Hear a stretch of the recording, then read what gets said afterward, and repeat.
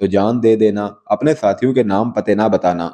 میں تمہیں صلاح الدین ایوبی کی فوج کے لیے جوان کر رہا تھا، لیکن تمہاری بہن کی شادی کر کے تمہیں رخصت کرنے کا سوچا تھا۔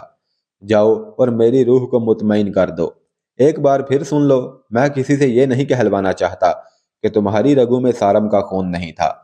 باپ نے بیٹی کو بھی اجازت دے دی۔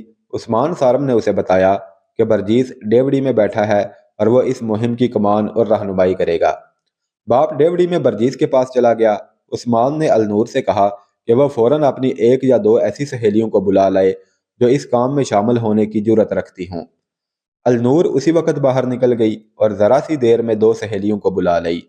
اتنے میں عثمان سارم کا ایک ساتھی اپنی بہن کے ساتھ آ گیا۔ ایک ایک کر کے ساتوں جوان آ گئے۔ برجیس نے لڑکیوں کو بتایا کہ وہ کس راستے سے جائیں گی۔ راستے میں انہیں ایک سنتری روکے گا۔ لڑکیاں ان سے پوچھیں گی کہ اوپر کو کون سا راستہ جاتا ہے۔ وہ کہیں گی کہ شاہ رینالڈ نے انہیں بلایا ہے، لیکن وہ غلط راستے پر آ گئی ہیں۔ ان میں سے ایک لڑکی نوکرانیوں کے بھیس میں ہوگی جس کے سر پر سامان ہوگا۔ سنتری کو ختم کرنا ہوگا، پھر آگ لگانی ہوگی۔ آگ لگانے والا سامان نوکرانی کے سر پر ہوگا۔ گھوڑے اس طرح بندھے ہوئے ہوں گے کہ لمبے لمبے رسوں کے سرے زمین میں دبائے ہوئے ہوں گے اور گھوڑوں کی پچھلی ایک ایک ٹانگ سے زنجیر یا رسی بندھی ہوئی ہوگی جو رسوں سے گزاری ہوئی ہوگی۔ ان لمبے رسوں کو خنجروں سے کاٹ دینا ہوگا اور چاند ایک گھوڑوں کو خنجر بھی مارنے ہوں گے تاکہ وہ منہ زور ہو کر بھاگ اٹھیں۔ برجیس نے لڑکیوں کو فوراً لباس اور حلیہ درست کرنے کو کہا اور ایک کو نوکرانی بنا دیا۔ اس کے منہ اور ہاتھوں پر مٹی اور سیاہی سی مل دی۔ پھر وہ عثمان سارم اور اس کے ساتھیوں کو ہدایات دینے لگا۔ وہ خود اس کے ساتھ جا رہا تھا۔ عثمان سارم کے باپ نے بھی انہیں کچھ مشورے دیے۔ پھر سب کو خنجر دیے گئے۔ خاصا وقت گزر گیا تھا، لیکن برجیس کہہ رہا تھا کہ ابھی شہر جاگ رہا ہے۔ اس جگہ کی رونق اس وقت جاگتی تھی جب شہر سو جاتا تھا۔ تیاریوں میں وقت گزرتا رہا اور روانگی کا وقت ہو گیا۔ سب کو اکیلے اکیلے جانا اور ایک طے شدہ مقام پر ملنا تھا۔ لڑکیوں کا راستہ الگ تھا۔ انہیں اندازاً وقت بتا دیا گیا تھا جب انہیں آگ لگانی تھی۔ اس وقت برجیس کی جماعت کو حملے کے مقام پر ہونا چاہیے۔ یہ بے حد نازک اور خطرناک مہم تھی جس میں وقت کی غلطی اور کسی کی کوئی بے احتیاطی سب کو ایسے قید خانے میں ڈال سکتی تھی جو جہنم سے کم نہیں تھا۔ سب سے زیادہ خطرہ لڑکیوں کا تھا، کیونکہ وہ لڑکیاں تھیں۔ تصور کیا جا سکتا تھا کہ ان کے پکڑے جانے کی صورت میں ان کا کیا حشر ہوگا۔ النور نے کہا کہ پکڑے جانے کا خطرہ ہوا تو لڑکیاں اپنے خنجروں سے خودکشی کر لیں گی۔ وہ کفار کے ہاتھ زندہ نہیں آئیں گی۔ شہر پر خاموشی طاری ہوتے ہوتے سارا شہر خاموش ہو گیا۔ کہیں کوئی روشنی نظر نہیں آتی تھی۔ صرف ایک جگہ تھی جہاں رات کے سکوت کا ذرا بھر اثر نہیں تھا۔ یہ وہ عمارت تھی جہاں صلیبیوں کی متحدہ کمان کا ہیڈ کمانڈر تھا۔ وہیں صلیبی حکمرانوں اور اعلیٰ کمانڈروں کی رہائش بھی تھی۔ یہ لوگ اس حال میں ایک ایک کر کے آ چکے تھے جہاں وہ ہر رات شراب نوشی اور رقصی محفل جمایا کرتے تھے۔ اس رات ان کا موضوع دو نئی مسلمان لڑکیاں اور مال و اسباب تھا جو قافلے سے لوٹا گیا تھا۔ کسی نے پوچھا کہ یہ لڑکیاں کسی اور کام بھی آ سکتی ہیں؟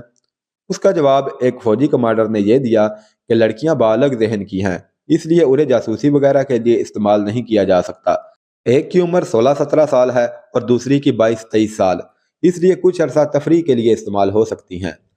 اس کے بعد انہیں اپنے دو فوجی افسروں کے حوالے کر دینا، ایک اعلیٰ کمانڈر نے کہا۔ وہ ان کے ساتھ شادی کر لیں گے۔ یہ لڑکیاں ان کے ہنسی مذاق اور غلیظ باتوں کا موضوع بنی رہی اور وہ مسلمانوں کے خلاف نفرت کا اظہار کرتے رہے۔ اس وقت لڑکیاں دو الگ الگ کمروں میں تھیں۔ وہ رو رو کر بے حال ہو رہی تھیں۔ دونوں کے ساتھ ایک ایک خادمہ تھی۔ یہ ادھیڑ عمر عورتیں بڑی خرانٹ اور اس فن کی ماہر تھیں۔ وہ لڑکیوں کو نہلا چکی تھیں اور انہیں رات کا لباس پہنا رہی تھیں۔ لڑکیوں نے کچھ بھی نہیں کھایا تھا۔ ان کے آگے ایسے ایسے کھانے رکھے گئے تھے جو انہوں نے کبھی خواب میں بھی نہیں دیکھے تھے، لیکن انہوں نے کسی چیز کو ہاتھ نہیں لگایا تھا۔ دونوں کو ایک دوسرے کے متعلق معلوم نہیں تھا کہ کہاں ہے اور اس کے ساتھ کیا بیت رہی ہے۔ دونوں عورتیں انہیں بڑے حسین سبز باغ دکھا رہی تھی۔ ایک کو بتایا جا رہا تھا کہ اسے فرانس کے بادشاہ نے پسند کیا ہے جو اسے زر و جواہرات سے لاد دے گا، اور دوسری کو جرمن کے بادشاہ کی ملکہ بننے کے خواب دکھائے جا رہے تھے۔ اس کے ساتھ ہی انہیں بڑے پیار سے دھمکیاں بھی دی جا رہی تھی کہ انہوں نے اگر ان بادشاہوں کو ناراض کیا تو وہ انہیں فوجی سپاہیوں کے حوالے کر دیں گے۔ یہ لڑکیاں صحرائی دیہات کی رہنے والی تھیں، کوئی ایسی بزدل بھی نہیں تھی، لیکن بے بس ہو گئی تھی، اپنے تحفظ میں کچھ بھی کرنے کے قابل نہیں رہی تھی۔ ان کے ماں باپ اور بڑے بھائی نے ان کی عصمت کی خاطر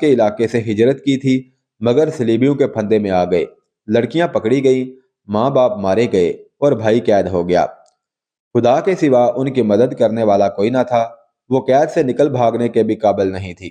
وہ روتی تھیں تو صرف خدا کو یاد کرتی اور خدا ہی کو مدد کے لیے پکارتی تھی۔ اپنی عزت کے علاوہ اپنے بھائی آفاق کے لیے وہ بہت پریشان تھی۔ اس وقت آفاق بیگار کیمپ میں تڑپ رہا تھا۔ وہ زخمی تھا اور اسے پیٹا بھی بہت گیا تھا۔ پہلے کے قیدی شام کے وقت روزمرہ کی مشقت سے آئے تھے۔ انہوں نے ان نئے قیدیوں کو دیکھا، ان کی بپتا سنی، اور ان میں صرف آفاق زخمی تھا۔ کسی نے اس کی مرہم پٹی نہیں کی تھی۔ 3-4 قیدیوں نے مرہم اور کچھ دیسی دوائیاں چھپا کر رکھی ہوئی تھیں۔ رات کو انہوں نے آفاق کے زخم صاف کیے اور مرہم بھر کر اوپر کپڑے باندھ دیے۔ آفاق کو اپنے زخموں کا درد محسوس نہیں ہو رہا تھا۔ اس کا دھیان اپنی بہنوں کی طرف تھا۔ قیدیوں سے وہ پوچھتا تھا کہ اس کی بہنیں کہاں ہوں گی اور ان کے ساتھ کیا سلوک ہو رہا ہوگا۔ اسے بتایا گیا کہ اس قید خانے کی کوئی دیوار نہیں اور انہیں بیڑیاں بھی نہیں ڈالی گئی، پھر بھی وہ یہاں سے بھاگ نہیں سکتا کیونکہ سنتری گھوم پھر رہے ہیں، اور اگر وہ یہاں سے نکل بھی جائے تو جائے گا کہاں؟ کہیں نہ کہیں پکڑا جائے گا۔ اس کی سزا اتنی اذیتناک موت ہوگی جس کا وہ تصور بھی نہیں کر سکتا۔ اسے بتایا گیا کہ یہاں کئی سالوں سے قیدی پڑے ہیں جو کرک ہی کے رہنے والے ہیں، لیکن بھاگنے کی جرت نہیں کرتے۔ وہ جانتے ہیں کہ وہ پکڑے نہ گئے تو سلیبی ان کے پورے خاندان کو قید میں ڈال دیں گے۔ ان تمام مجبوریوں اور خطروں کے باوجود آفاق فرار اور بہنوں کو رہا کرانے کی سوچ رہا تھا۔ اس کا جسم چلنے کے بھی قابل نہیں تھا۔ قیدی دن بھر کے تھکے ماندے بے ہوشی کی نیند سو گئے اور آفاق جاگ رہا تھا۔ لڑکیاں پکڑی نہ گئی ہوں، عثمان سارم نے سرگوشی میں کہا۔ خدا کو یاد کرو عثمان، برجیس نے کہا۔ ہم اس وقت موت کے منہ میں ہیں۔ دل سے تمام خوف نکال دو اور خدا کو دل میں بٹھا لو۔ تمہیں دوسرے لڑکوں پر بھروسہ ہے نا؟ پورا بھروسہ ہے، عثمان نے کہا۔ ان کی فکر نہ کرو، مجھے لڑکیوں کی فکر ہے۔ خدا کو یاد کرو، برجیس نے کہا۔ ہم چوری کرنے نہیں آئے، اللہ مدد کرے گا۔ اس وقت عثمان سارم اور برجیس گھر میں نہیں تھے۔ وہ اس عمارت سے جس میں لڑکیاں تھیں اتنی دور جھاڑیوں میں چھپے ہوئے تھے جہاں سے عمارت انہیں اپنے سر پر کھڑی نظر آ رہی تھی۔ ان کے ساتھ ساتھی ان سے تھوڑی ہی دور بکھر کر انہی کی طرح چھپے ہوئے تھے۔ برجیس نے انہیں اچھی طرح بتا دیا تھا کہ کون سے اشارے پر انہیں کیا کرنا ہے۔ عثمان سارم کو ان 4 لڑکیوں کا غم تھا جو فوجی سامان اور گھاس کو آگ لگانے کے لیے گئی تھی۔ ان میں اس کی اپنی بہن النور بھی تھی۔ اس وقت تک آگ لگ جانی چاہیے تھی۔ توقع یہ تھی کہ اگر اسکیم کامیاب رہی تو آگ کے شعلے اٹھیں گے، پھیلیں گے اور اس عمارت سے تمام کمانڈر وغیرہ آگ کی طرف بھاگیں گے، جو ایک قدرتی عمل تھا، کیونکہ فوجی سامان کو آگ لگنے کی صورت میں وہ اپنی محفل عیش و طرب میں مگن نہیں رہ سکتے تھے۔ ان کے جاتے ہی ان نوجوانوں کو عمارت پر ٹوٹ پڑنا تھا، مگر لڑکیوں کو گئے بہت سا وقت ہو گیا تھا۔ شاید سنتری نے انہیں روک کر واپس بھیج دیا ہوگا۔ لڑکیاں ابھی سنتری تک پہنچی ہی نہیں تھیں کیونکہ وہاں سنتری تھا ہی نہیں۔ سنتری کا نہ ہونا خطرہ تھا کیونکہ زندہ رہنے کی صورت میں وہ انہیں آگ لگاتے پکڑ سکتا تھا۔ لڑکیوں نے سنتری کو ڈھونڈنا شروع کر دیا۔ وہ خشک گھاس کے پہاڑوں جیسے ڈھیروں کے پاس سے گزر رہی تھی۔ اندھیرے میں انہیں خیموں کے انبار نظر نہیں آ رہے تھے۔ وہ اکٹھی جا رہی تھیں۔ انہیں ایک جگہ ڈنڈے سے بندھی ہوئی مشعل کا شعلہ نظر آیا۔ وہ ادھر چلی گئی۔ سنتری سامنے آ گیا۔ مشعل کا ڈنڈا زمین میں گڑا ہوا تھا۔ سنتری نے مشعل اٹھا لی اور لڑکیوں کے قریب آ کر انہیں روکا۔ وہ لڑکیوں کا بھڑکیلا لباس اور ساج دھج دیکھ کر مرعوب ہو گیا۔ ان کے ساتھ ایک نوکرانی تھی جس نے سر پر گٹھڑی سی اٹھا رکھی تھی۔ سنتری نے ان سے پوچھا کہ وہ کون ہیں اور کہاں جا رہی ہیں۔ معلوم ہوتا ہے ہم غلط راستے پر آ گئی ہیں، النور نے بڑی شوخ ہنسی سے کہا۔ شاہ رینالڈ کا دعوت نامہ آیا تھا، ہم نے رات کو آنے کا وعدہ کیا تھا۔ ذرا دیر ہو گئی تو کسی نے بتایا کہ یہ راستہ چھوٹا ہے، لیکن یہاں تو آگے معلوم ہوتا ہے کہ گھوڑے وغیرہ بندھے ہوئے ہیں، ہم کدھر جائیں؟ ایک معمولی سے سنتری پر روب طاری کرنے کے لیے شاہ رینالڈ کا نام ہی کافی تھا۔ وہ جانتا تھا کہ صلیبی بادشاہ کس کماش کے لوگ ہیں۔ رینالڈ نے ان لڑکیوں کو عیش و عشرت اور ناچ گانے کے لیے بلایا ہوگا۔ لڑکیوں کے لباس، عمریں اور ان کی شکل و صورت اور النور کے بات کرنے کا نڈر اور کھلنڈر سا انداز بتا رہا تھا کہ یہ اس کے اعلیٰ حکام کے مطلب کی لڑکیاں ہیں۔ اس نے انہیں راستہ بتانا شروع کر دیا۔ ایک لڑکی اس کے پیچھے ہو گئی اور اتنی زور سے خنجر اس کی پیٹھ میں گھونپا کہ دل کو چیرتا آگے نکل گیا۔ اس کے ہاتھ سے مشعل گر پڑی۔ النور نے مشعل پر دونوں پاؤں رکھ کر اس کا شعلہ بجھا دیا۔ باقی لڑکیوں نے بھی سنتری کے جسم میں اپنا اپنا خنجر داخل کر دیا۔ سنتری کی آواز بھی نہ نکلی۔ برجیس نے انہیں بتایا تھا کہ گھاس کو آگ لگے گی تو اس کی روشنی میں انہیں خیموں کے ڈھیر اور گاڑیاں نظر آ جائیں گی۔ گھاس کے پہاڑ تو انہیں اندھیرے میں بھی نظر آ رہے تھے۔ جو لڑکی نوکرانی بنی ہوئی تھی اس نے جلدی سے ساتھ سے گھٹری اتاری، اس میں آتش گیر مادہ اور آگ لگانے کا سامان تھا۔ انہوں نے گھاس کے ایک ڈھیر کو آگ لگا دی، پھر دوسرے اور تیسرے کو، اور ذرا سی دیر میں تمام ڈھیروں کو آگ لگ گئی۔ اب خطرہ بڑھ گیا تھا کیونکہ روشنی ہو گئی تھی۔ تھوڑی دور انہیں لپٹے ہوئے خیموں کے ڈھیر نظر آ گئے۔ یہ کپڑا تھا، اسے آگ لگانا مشکل نہ تھا۔ خیمے بھی جلنے لگے۔ خالی گھوڑا گاڑیاں ایک دوسرے کے ساتھ کھڑی تھی۔ لڑکیوں میں غیر معمولی پھرتی آ گئی تھی۔ انہوں نے 3-4 گاڑیوں پر آتش گیر مادہ پھینکا اور آگ لگا دی۔ اتنی دیر میں گھاس کے شعلے آسمان تک پہنچنے لگے۔ لڑکیاں گھوڑوں کی طرف بھاگیں۔ ابھی تک کوئی بیدار نہیں ہوا تھا۔ لڑکیوں نے خنجروں سے وہ لمبے لمبے رسے کاٹ دیے جن کے سرے زمین میں دبے ہوئے تھے، اور ہر رسے کے ساتھ 40 سے 50 گھوڑے بندھے ہوئے تھے۔ لڑکیوں نے چند ایک گھوڑوں کو خنجر مارے۔ وہ بدک کر اور شعلوں کے ڈر سے ہیبت ناک آواز میں ہنہنانے لگے اور اندھا دھند بھاگنے لگے۔ جو گھوڑے کھل نہ سکے انہوں نے اودھم بپا کر دیا۔ معلوم نہیں کتنے گھوڑے کھل کر ادھر ادھر دوڑنے اور ہنہنانے لگے۔ اونٹ کھلے تھے اور آرام سے بیٹھے تھے۔ وہ اٹھ کھڑے ہوئے اور اندھا دھند بھاگنے لگے۔ چاروں لڑکیاں بے لگام گھوڑوں اور بے مہار اونٹوں کے نرگے میں آ گئیں۔ دوسری طرف شعلے تھے جن کی تپش دور سے بھی جسموں کو جلاتی تھی، اور جانوروں کے اس قدر زیادہ شور و غل اور دھماکوں جیسے ٹاپوؤں سے فوج بیدار ہو گئی۔ مغویہ لڑکیوں کو دلہنیں بنا دیا گیا تھا۔ دونوں کے کمروں میں بیک وقت ایک ایک آدمی داخل ہوا۔ یہ صلیبیوں کے جنگجو حکمران تھے۔ وہ شراب میں بدمست تھے۔ خادمائیں باہر نکل گئی۔ لڑکیاں کمروں میں بھاگ دوڑ کر پناہیں ڈھونڈنے لگیں۔ ان کی عصمت کا پاسبان خدا کے سوا کوئی نہ تھا۔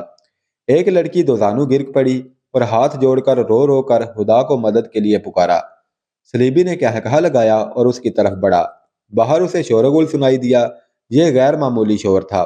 اس نے دروازہ کھول کر دیکھا تو ایسے لگا جیسے پورے شہر کو آگ لگ گئی ہو۔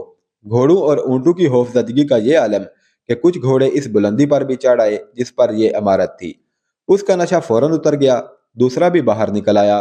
2-3 آدمی دوڑتے آئے اور گھبرائے ہوئے لہجے میں کہا کہ گھاس، خیموں اور گاڑیوں کو آگ لگ گئی ہے۔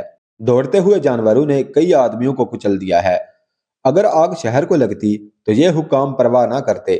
وہاں فوج کا سامان جل رہا تھا اور فوج کے سینکڑوں جانور کھل گئے تھے۔ ذرا سی دیر میں تمام حکمران اور کمانڈر اور وہاں جو کوئی بھی تھا دوڑتے نکل گئے۔ وہ اپنی نگرانی میں آگ بجھانے کا بندوبست کرنا چاہتے تھے۔ اس عمارت کے ارد گرد جو مسلح پہرا تھا وہ بھی وہاں سے ہٹ گیا۔ باڈی گارڈز بھی اپنے حکام کے پیچھے دوڑتے گئے۔ برجیس نے بلند آواز سے پکارا، تم بھی چلو، اور وہ عمارت کی طرف اٹھ دوڑا۔ اس کے 8 جوان بھی دوڑ پڑے۔ ان کے ہاتھوں میں خنجر تھے۔ عمارت کے برآمدوں میں جا کر اس نے اپنے ان 2 ساتھیوں کو پکارنا شروع کر دیا جو وہاں عیسائیوں کے بھیس میں ملازم تھے۔ ان میں سے ایک مل گیا۔ اس نے برجیس کو پہچان لیا۔ برجیس نے اس سے پوچھا کہ آج جو لڑکیاں یہاں لائی گئی ہیں وہ کہاں ہیں؟ اسے معلوم نہیں تھا۔ اس نے کمرے دکھا دیے اور خود بھی ساتھ ہو لیا۔ وہاں اب سہولت یہ پیدا ہو گئی تھی کہ کوئی ذمہ دار آدمی موجود نہ تھا۔ پیچھے نوکر چاکر رہ گئے تھے جو آگے جا کر بلندی سے آگ کا تماشا دیکھ رہے تھے۔ برجیس کی سکیم پوری طرح کامیاب تھی۔ وہ ملازم کی رہنمائی میں ان کمروں میں جانے لگے جہاں لڑکیاں ہوتی تھیں۔ وہاں برآمدوں میں کچھ لڑکیاں کھڑی تھیں۔ ان میں بعض نیم برہنہ تھیں۔ ان سے پوچھا گیا کہ آج جو لڑکیاں آئی ہیں وہ کہاں ہیں؟ انہیں بھی معلوم نہ تھا۔ آخر ایک کمرے میں گئے تو ایک لڑکی مل گئی۔ وہ کمرے میں دبکی ہوئی تھی۔ عثمان سارم اور اس کے بعض ساتھیوں نے اسے دن کے وقت تب دیکھا تھا جب ان دونوں کو لٹے ہوئے قافلے کے ساتھ لے جایا جا رہا تھا۔ برجیس کی پارٹی کے تمام آدمی نقاب پوش تھے۔ انہیں دیکھ کر لڑکی نے چیخ ماری۔ برجیس نے اسے بتایا کہ وہ مسلمان ہیں اور اسے رہا کرانے آئے ہیں، مگر وہ لڑکی اتنی ڈری ہوئی تھی کہ ان کے ہاتھ نہیں آ رہی تھی۔ انہوں نے اسے زبردستی اٹھا لیا۔ دوسرے کمرے میں اس کی بہن مل گئی۔ اس کا رد عمل بھی یہی تھا۔ اسے بھی زبردستی اٹھایا گیا۔ دوسری لڑکیاں جو ایک عرصے سے صلیبیوں کے پاس تھیں یہ منظر دیکھ رہی تھیں۔ وہ آدمیوں کو ڈاکو سمجھ کر ادھر ادھر بھاگ گئیں۔ مغویہ بہنیں چیخو پکار کر رہی تھیں۔ انہیں برجیس نے غصے سے کہا کہ وہ سب مسلمان ہیں، انہیں مسلمان گھرانوں میں لے جا کر چھپائیں گے۔ بڑی ہی مشکل سے انہیں خاموش کیا گیا اور جانبازوں کی یہ جماعت وہاں سے نکل آئی۔